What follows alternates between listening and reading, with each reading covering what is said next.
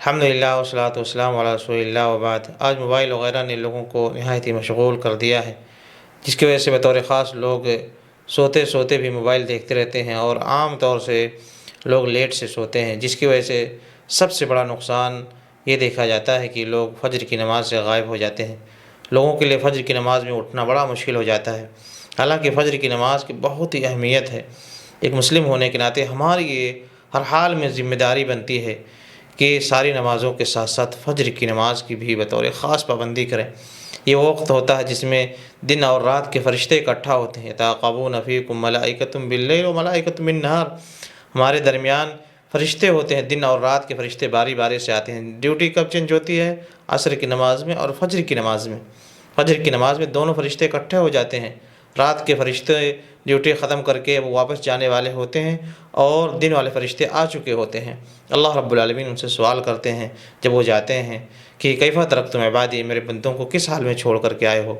تو فرشتوں کا جواب، حالانکہ اللہ کو سب معلوم ہے، لیکن فرشتوں کے ذریعے سے آپ کا ان نمازیوں کا ذکر ہوتا ہے اللہ کے پاس جو نمازوں میں حاضر ہوتے ہیں۔ فجر اور عصر کی نماز میں فرشتے کہتے ہیں کہ اللہ اتیناہم وہم یصلون و رجعنا عنہم وہم یصلون، جب ہم گئے تھے وہ نماز پڑھ رہے تھے، جب لوٹ کر کے آئے ہیں وہ نماز پڑھ رہے تھے، اور کما قال نبی علیہ الصلوۃ والسلام۔ دیکھ رہے ہیں سبحان اللہ، اللہ کے پاس آپ کا ہمارا ذکر ہو رہا ہو، فرشتے آپ کا نام لے کر کے بتا رہے ہوں کہ فلاں بندے آپ کے اللہ وہ حاضر تھے، وہ موجود تھے، ہم ان کے پاس گئے تھے، وہ نماز پڑھ رہے تھے، اے اللہ ہم واپس آئے وہ لوگ نماز میں تھے۔ نبی علیہ السلام کی صحیح مسلم وغیرہ کی دوسری حدیث ہے، آپ نے ارشاد فرمایا کہ من صلی الفجر فہو فی ذمۃ اللہ، جو فجر کی نماز پڑھ لیتا ہے وہ اللہ کے ذمے میں ہوتا ہے، اللہ کی حفاظت میں ہوتا ہے۔ اللہ رب العالمین بادشاہوں کا بادشاہ، اس کی کسی کو حفاظت مل جائے، اس کی حمایت اور اس کا ذمہ کسی کو مل جائے، اس سے بڑی چیز کیا ہو سکتی ہے؟ لیکن ہم اور آپ غافل ہوتے ہیں۔ سبحان اللہ، اللہ تعالیٰ ہدایت عطا فرمائے۔ نبی علیہ السلام کسی مسلم وغیرہ کی دوسری حدیث سے آپ نے ارشاد فرمایا کہ رکعتا الفجر خیر من الدنیا وما فیہا، فجر کی 2 رکعت، اور وہ بھی مراد کیا؟ سنتیں۔ فجر کی 2 رکعت یعنی 2 رکعت سنتیں، خیر من الدنیا وما فیہا، دنیا اور دنیا کی ساری چیزوں سے بہتر ہے 2 رکعت سنت۔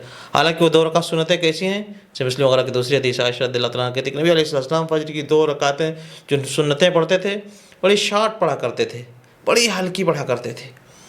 پہلی رکعت میں سورہ فاتحہ کے بعد قل یا ایھا الکافرون، دوسری رکعت میں سورہ فاتحہ کے بعد قل هو اللہ احد، اتنی مختصر سی پڑھتے تھے۔ بعد دوسری روایتوں میں ہے کہ پہلی رکعت میں سورہ بقرہ کی 1 آیت اور دوسری رکعت میں سورہ آل عمران کی 1 آیت سے پڑھتے تھے، بس اتنی ہلکی نماز پڑھتے تھے۔ اور اس کے بارے میں خوشخبری کیا ہے کہ یہ 2 رکعتیں دنیا اور دنیا کی ساری چیزوں سے بہتر ہے۔ اب جب سنت کا یہ حال ہے تو فرض کا کیا حال ہوگا، آپ اندازہ کر سکتے ہیں؟ اللہ رب العالمین نے قرآن میں ارشاد فرمایا کہ ان قرآن الفجر کان مشہودا، ان قرآن الفجر یعنی صلاۃ الفجر، یہ جب فجر کی نماز کا وقت ہوتا ہے تو یہ وقت ایسا ہوتا ہے کہ جس میں فرشتے حاضر ہوتے ہیں۔ مشہودا، قرآن میں رب العالمین کریں کہ فرشتوں کی حاضری کا یہ وقت ہوتا ہے، اتنا مبارک وقت ہوتا ہے، اتنا بہترین وقت ہوتا ہے۔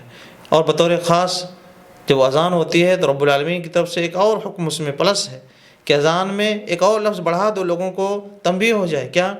الصلاۃ خیر من النوم، آدمی کو نیند آ رہی ہے، ہر کسی کو نیند پیاری ہے، لیکن تنبیہ کی جا رہی ہے اللہ کی طرف سے، بندے اٹھ جاؤ، تمہاری نماز کا وقت ہو گیا ہے، نماز تمہارے لیے تمہاری نیند سے بہتر ہے۔